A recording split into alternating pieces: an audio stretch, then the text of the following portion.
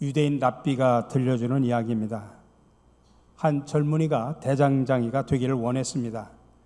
그래서 아주 유능한 대장장이의 도제가 되어서 온갖 필요한 기술을 다 익혔습니다. 풀무질하는 법, 큰 망치 쓰는 법, 담금질하는 법 등 모든 것을 배웠습니다. 이제 드디어 도제로서의 수련 기간이 끝나고 이제 왕궁의 대장간에 고용이 되었습니다. 그러나 취업에 대한 기쁨은 잠시였습니다. 가장 기초적인 불 피우는 방법을 제대로 배우지 못했던 것입니다. 여러 가지 도구를 다룰 수 있는 모든 기술은 다 연마했지만 결국 그의 기술과 지식은 쓸모가 없어진 것입니다. 우리의 신앙도 마찬가지입니다. 신앙에도 기초가 중요합니다. 특별히 우리가 올해 들어와서 신갈 비전 2030을 비전을 가지고 출발하면서 그것을 구체화시키기 위해서 5대 사역 운동을 실시하기로 했습니다. 그런데 이 5대 사역 운동 가운데 두 가지 운동이 바로 처음에 나오는 두 가지 운동이 신앙의 기초에 관한 것입니다. 그것은 예수 닮기 운동과 신앙 계승 운동입니다. 첫 번째로 우리가 예수 닮기 운동을 함께 나누려고 합니다. 인도의 마하트마 간디는 이런 말을 한 적이 있습니다. 나는 예수를 사랑한다. 그러나 그리스도인은 싫어한다. 왜냐하면 그들은 예수를 닮지 않았기 때문이다. 왜 당신들이 믿는 하나님은 이웃사랑을 가르치는데 당신들은 다른 나라를 식민지로 삼아 그 나라 백성을 괴롭히는가? 당시 기독교 국가라고 자랑스럽게 말할 수 있는 영국의 제국주의적인 침략을 두고 한 말입니다. 말로는 기독교 신앙 또 사랑을 이야기하면서도 사랑과 정의와 평화보다는 침략과 약탈 그리고 세상의 힘으로 다스리려고 하는 당시의 대영 제국을 향한 예언자적인 소리입니다. 예수는 믿지만 예수 닮은 모습은 하나도 없는 오늘 우리들의 모습을 질타하는 이야기로 들으셔야 됩니다. 여론조사 전문 기관인 한국갤럽조사연구소에서 2014년에 한국인의 종교 실태라고 하는 제아의 연구조사 결과를 발표한 적이 있습니다. 여러 가지가 있지만 그 중에 눈에 확 띄는 것은 일반인들, 다시 말하면 교회를 다니지 않는 비종교인들에게 당신들이 가장 호감을 느끼는 종교가 무엇입니까? 라고 물어봤는데 안타깝게도 불교가 25%, 천주교가 18%, 개신교가 10%로 나왔다는 이야기입니다. 가장 호감을 느끼는 종교가 불교, 천주교 다음 10%밖에 안 되는 개신교라는 이야기입니다. 6년 전에 발표인데 아마 올해를 기준으로 해서 다시 묻는다고 하면 어떤 변화가 일어났을까요? 저는 이 개신교에 대한 호감도는 5%대 아래로 더 내려가지 않았을까 하는 생각을 해봅니다. 왜 그럴까요? 왜 그런 현상이 나타날까요? 저와 여러분들의 삶과 인격 속에 예수님을 닮은 모습이 하나도 없기 때문입니다. 그게 문제의 핵심입니다. 교회에 와서 예배드리고 종교적인 행위는 잘하는데 우리가 실제 믿는 그 예수님의 인격과 예수님의 삶을 닮은 구석은 하나도 없습니다. 아니, 다른 사람 쳐다보지 말고 여러분 스스로를 한번 가슴에 손을 얹고 질문을 해보시기 바랍니다. 정말 내 모습과 인격 속에 예수님을 닮은 모습이 얼마나 있는지. 그렇다면 우리가 진정으로 예수님을 닮아가기 위해서는 어떻게 해야 할까요? 우리가 성경을 깊이 묵상하다 보면 예수님의 삶과 인격의 특징을 자세히 알 수 있습니다. 한마디로 말하면 그것은 겸손과 희생 그리고 화해와 평화의 삶입니다. 이런 삶을 우리가 본받고 실천하기만 한다면 우리의 신앙은 예수님을 닮아가는 신앙이 되고 우리의 인격은 날마다 더 성숙해질 것입니다. 예수님의 인격과 삶의 모습은 첫 번째로 겸손의 삶입니다. 오늘 우리가 읽은 본문의 말씀을 핵심적으로 한마디로 딱 이야기하면 예수님처럼 생각하고 예수님처럼 행동하라는 이야기입니다. 다시 말하면 예수님을 닮아가라는 이야기입니다. 오늘 본문에 나타난 예수님의 신앙과 인격의 특징이 뭘까요? 한마디로 말하면 겸손입니다. 자기를 비워. 이게 바로 헬라어로 케노시스라고 표현합니다. 그래서 오늘 이 본문을 케노시스 그리스도론이라고 표현합니다. 자기를 비우신 예수님의 모습. 그렇습니다.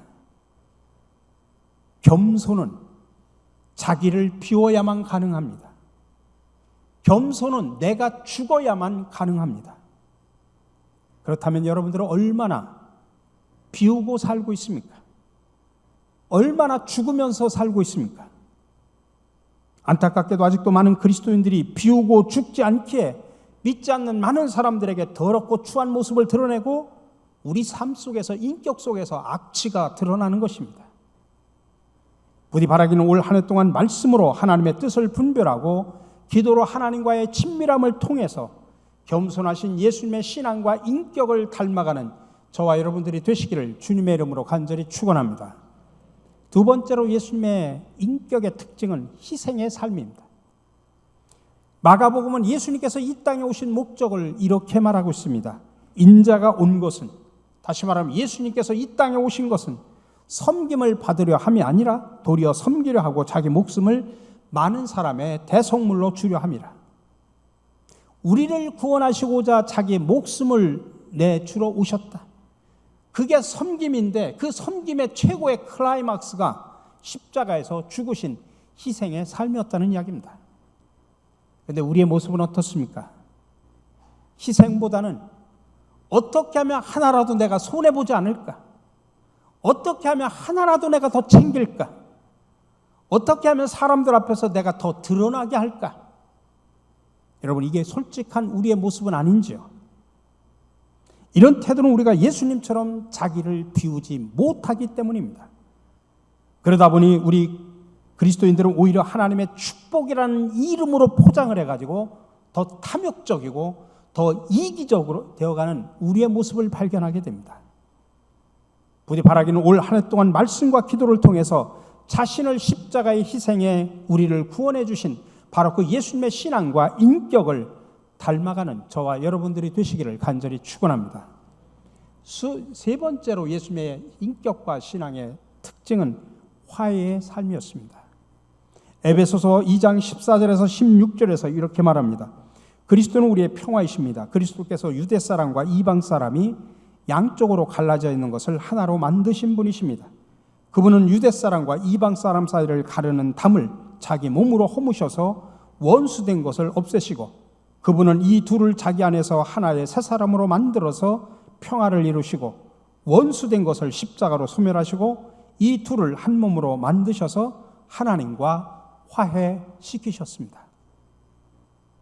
예수님은 이 땅에 오셔서 수직적으로는 하나님과 인간 사이에 또 수평적으로는 유대인과 이방인, 다시 말하면 인간과 인간 사이에 분열과 갈등으로 나누어진 것을 하나로 만드신 분이라는 이야기입니다. 그래서 화해 사역을 감당하셨습니다. 그런데 우리의 모습은 어떻습니까? 내가 오히려 갈등을 만들어내고 내가 오히려 분열을 조장하면서 살아가고 있지는 않습니까? 최근 청와대 앞에서 갈등과 분열을 조장하면서 막무가내로 시위하는 어느 한 목사의 행태를 보면서 일반 국민들은 기독교에 대해서 더 혐오감을 갖습니다. 아니, 우리 스스로도 정말 얼굴을 들고 다니기가 창피할 정도입니다. 부디 바라기는 올 한 해 동안 말씀과 기도로 하나님의 뜻과 친밀함을 통해서 화해 사역을 감당하신 예수님의 신앙과 인격을 닮아가시기를 간절히 축원합니다. 마지막으로 예수님의 신앙과 인격은 평화의 삶이었다는 이야기입니다. 요한복음 14장 27절에 보면 나는 평화를 너희에게 남겨준다. 나는 내 평화를 너희에게 준다. 내가 너희에게 주는 평화는 세상이 주는 것과 같지 않다. 너희는 마음에 근심하지 말고 두려워하지도 말라. 누가복음 19장에서도 말합니다. 복되시다. 주님의 이름으로 오시는 임금님. 하늘에는 평화, 지극히 높은 곳에는 영광. 주님은 이 땅에 평안과 평화를 주시러 오셨습니다. 이 말은 같은 언어인데 우리말로 번역할 때 평안, 평화 다양하게 번역을 합니다. 평안으로 번역을 할 때는 주로 개인적인 측면을 강조하는 것이고, 평화를 번역할 때는 주로 공동체적인 측면을 강조하는 것입니다. 어쨌든 하나님께서 이 땅에 오셔서 예수님께서 이 땅에 오셔서 평화를 이룬 것을 통해서 하나님께 영광이 되는 행위였다는 이야기입니다. 최근에 교회 원로 목사라고 하는 어느 목사님이 데모하는 시위대 앞에 가서 찬조 발언을 하면서 이런 어처구니 없는 발언을 했습니다. 나는 북한 문제 간단하게 생각한다. 한미일 군사 동맹을 통해서 선제 공격으로 북한을 없애버려야 된다. 그래서 북한 동포를 해방시켜야 된다. 정치는 간단하게 해야지 복잡하게 하면 말려든다. 북한을 선제 타격해 김정은 일가를 아예 뿌리 뽑아버려야 한다. 포크레인으로 드러내버려야 한다. 일반 사람들이 자기의 이념 때문에 이런 이야기를 한다고 하면 그러려니 제가 이해할 수 있습니다. 근데 평화의 주님을 주인으로 모시고 사는 목사의 사고인지, 이 세상의 평화를 선포해야 될 우리 그리스도인의 행동인지 정말 안타깝기가 그지가 없습니다. 부디 바라기는 올 한 해 동안 말씀과 기도로 하나님의 뜻과 친밀함을 통해서 평화를 선포하고 평화를 이루고자 이 땅에 오신 예수님의 신앙과 인격을 닮아 평화의 일꾼으로 살아가시기를 주님의 이름으로 간절히 축원합니다. 이렇게 성경에 나타난 예수님의 신앙과 인격은 분명합니다. 겸손과 희생, 화해와 평화의 삶입니다. 이런 삶을 우리가 본받고 실천하기만 한다면 우리는 예수님을 닮아가는 성숙한 신앙과 인격을 가진 멋있는 성도가 될 수 있습니다. 그래서 신갈 비전 2030의 비전을 이루어가는 우리 모든 성도와 우리 교회가 먼저 예수 닮기 운동을 하자는 이야기입니다. 가장 기초적으로 내가 예수를 닮아야 나의 모습을 가지고 세상에 나가서 나를 봐라, 예수 믿고 내가 이렇게 내 인격이 이렇게 그리스도의 향기를 바라는 이 나의 모습을 봐라, 당당하게 얘기할 수 있어야 되지 않습니까? 여러분, 우리 모두가 예수를 닮아서 하나님께는 영광, 세상에는 희망과 아름다운 향기를 드러내는 저와 여러분들이 되시기를 주님의 이름으로 간절히 축원합니다. 5대 사역 운동 가운데 두 번째 운동은 신앙 계승 운동입니다. 여러분, 만일 여러분에게 가장 큰 소원이 있다면 뭐라고 이야기를 할 수 있습니까?